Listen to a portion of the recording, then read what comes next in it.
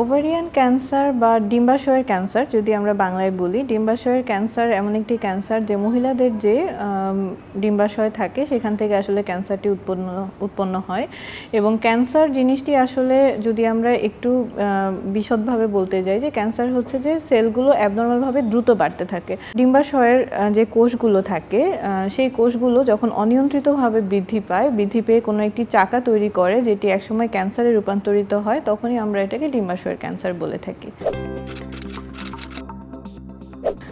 ডিম্বাশয়ের cancer অবশ্যই এটি একটি গাইনোকোলজিক্যাল ক্যান্সার বা মহিলাদের যে প্রজনন তন্ত্রটি আছে, ফিমেল রিপ্রোডাক্টিভ অর্গান যেটাকে ইংলিশে বলা হয়, সেই রিপ্রোডাক্টিভ অর্গানের একটি হচ্ছে দুটি ডিম্বাশয় মহিলাদের থাকে। এর যে কোনোটা থেকে ক্যান্সার হতে পারে অথবা দুটোতেই একসাথে ক্যান্সার আক্রান্ত হতে পারে, এবং এটি অবশ্যই মহিলাদের ক্ষেত্রেই হয়। এবং 50 বা 50-এর বেশি যাদের বয়স তাদের ক্ষেত্রে এটির ঝুঁকিটা বেশি। এছাড়াও আরও অল্প বয়সেও হয়, যেমন ডিম্বাশয়ের কিছু ক্যান্সার থাকে যেগুলোকে আমরা বলি যে যেগুলো একটু কম হয়, বিরল, কিন্তু সেগুলো বেশ ভয়ানক, যেমন জার্ম সেল বা ক্লিয়ার সেল, এগুলো সাধারণত কম বয়সেও আরও হয়ে থাকে।